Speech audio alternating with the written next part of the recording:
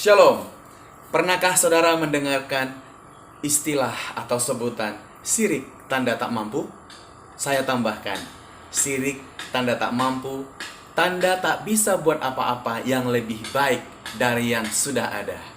Saudara, Ayub 5 akan menjelaskan kepada kita bahwa ternyata pembunuh manusia adalah sirik, iri hati, dan sakit hati.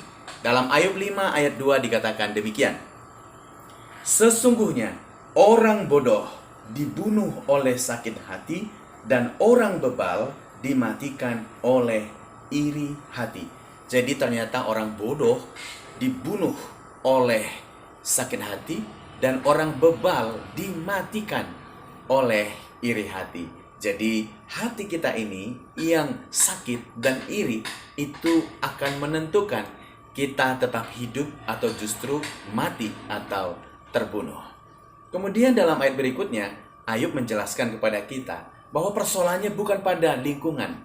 Kenapa? Ayat 7 dikatakan demikian dan 6. Karena bukan dari debu terbit bencana dan bukan dari tanah tumbuh kesusahan, melainkan manusia menimbulkan kesusahan bagi dirinya seperti bunga api berjolak tinggi. Jadi ternyata lingkungan itu bukan pembuat masalahnya, bukan sumber persoalannya. Tapi di sini, di hati ini. Perhatikan dikatakan, karena bukan dari debu terbit bencana, dan bukan dari tanah tumbuh kesusahan. Melainkan manusia menimbulkan kesusahan bagi dirinya, seperti bunga api berjolak tinggi.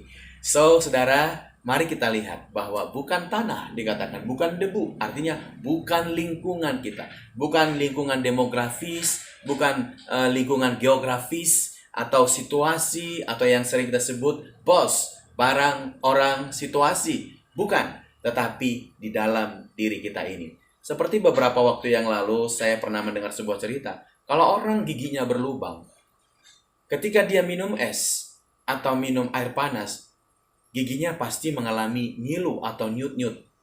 Kok disalahkan esnya? Kok disalahkan airnya? Salahkan giginya dong. Cabut, kemudian minum es atau minum air panas, tidak ada apa-apa lagi. Itulah artinya di dalam diri kita ini.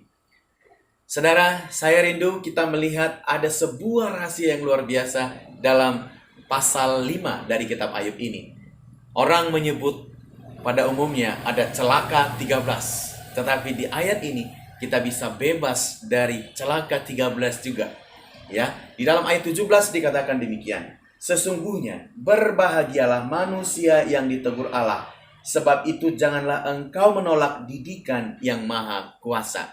Jadi ternyata kita harus berbahagia ketika ditegur Allah dan kita tidak menolak didikan yang maha kuasa.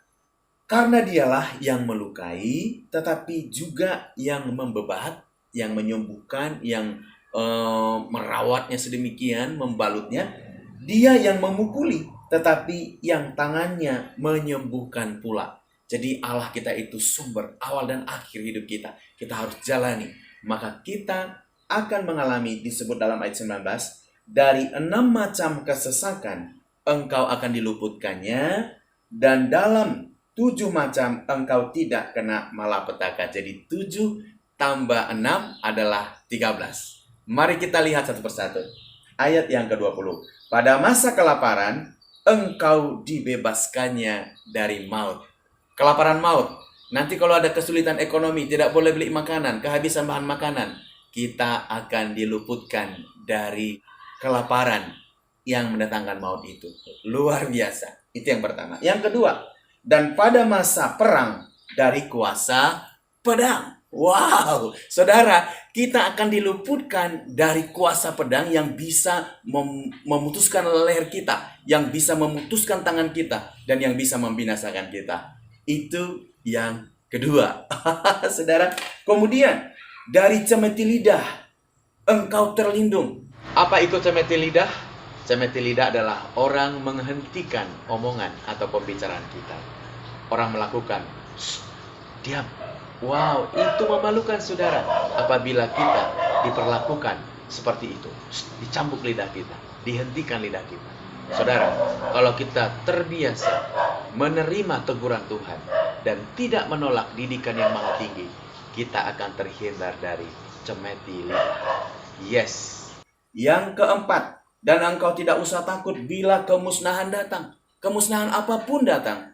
Yang paling musnah nanti adalah yaitu masa penghakiman terakhir, di mana orang benar akan dibawa ke surga, kehidupan yang kekal. Yang tidak benar atau orang berdosa ditempatkan di neraka selamanya. Kemudian apa lagi, saudara?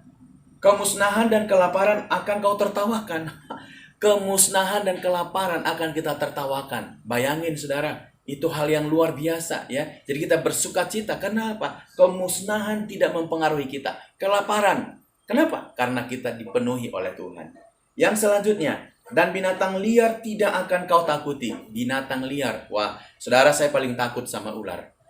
Asal kata ular, saya takut. Melihat gambarnya saja, saudara, jangankan bergerak. Lihat gambarnya saja begini, saya tidak suka. Takut saya. Tapi ini janji Tuhan, saya pun akan dibebaskan dari itu. Wow, itu luar biasa. Kemudian, karena antara engkau dan batu-batu di padang akan ada perjanjian. Apa artinya itu, saudara? Batu-batu di padang ada perjanjian. Artinya batu menjadi berguna buat kita. Mungkin menjadi batu bahan bangunan, atau batu yang dibuat jadi sesuatu, saudara, yang dikasih Tuhan yang berguna. Itu dahsyat sekali. Apalagi, saudara, dan binatang liar akan berdamai dengan engkau. Wow, saya akan berdamai dengan ular. Wow, luar biasa, saudara. Saya melihat harimau, saya tidak takut. Lihat singa, saya tidak takut. Lihat apa-apa, saya tidak takut. Tapi ular, saudara, waduh, saya benar-benar mau berdamai dengan ular. Tapi jangan ular yang satu itu, si penggoda manusia di taman itu. Saya tidak mau berdamai sama sekali, ya.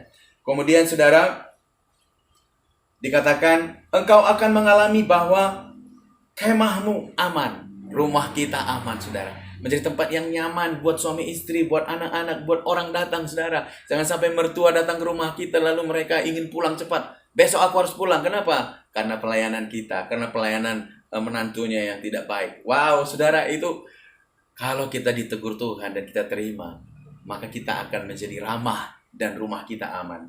Apalagi, saudara? Dan apabila engkau memeriksa tempat kediamanmu, engkau tidak akan kehilangan apa-apa. Kita tidak kehilangan apa-apa dari bilik kita, dari tempat simpanan kita, dari mana-mana. Semua terjaga dengan rapi. Luar biasa, saudara, kalau kita menerima teguran dan didikan Tuhan. Kemudian, engkau akan mengalami bahwa keturunanmu menjadi banyak, dan bahwa anak cucumu seperti rumput di tanah. Ini dahsyat, saudara. Kita akan berketurunan. Kita akan mengalami generasi anak cucu, saudara. Banyak, saudara. Itu dahsyat luar biasa. Yang terakhir, yang ke-13. Dalam usia tinggi, engkau akan turun ke dalam kubur, seperti berkas gandum dibawa masuk pada waktunya.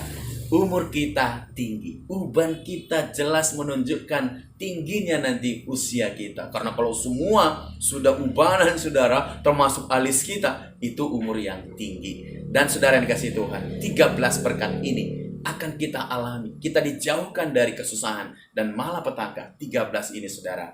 Mari, saudara yang dikasih Tuhan, kita mau bebas dari celaka 13. Kita masuk kepada berkat 13. Karena apa? Menjauhkan diri dari sakit hati dan iri hati, serta menjauhkan diri dari menolak didikan dan teguran Tuhan. Sebab kalau Tuhan izinkan kita terluka, Dia akan sembuhkan. Kalau Tuhan izinkan kita kehilangan, Dia akan memberikan kita menemukan sesuatu yang baru. Tuhan adalah sumber berkat, sumber segala yang baik. Tuhan adalah sumber segalanya bagi hidup kita. Haleluya. Bapa, hari ini kami menerima hati-Mu yang ingin kami mengalami sukacita abadi dalam kehidupan kami. Jauhkan kami dari sakit hati dan iri hati, karena itu tidak berbuahkan apa-apa di dalam hidup kami. Kami tidak menyalahkan orang lain, situasi, tanah, demografi, atau geografis. Situasi yang lain dari diri kami ini harus tetap menerima teguran dan didikan-Mu. Dengan demikian, kami akan terbebas dari 13 jenis malapetaka dan kesusahan, tetapi kami akan menikmati berkat-berkat di balik semuanya itu. Dalam nama Tuhan Yesus kami bersyukur. Amin.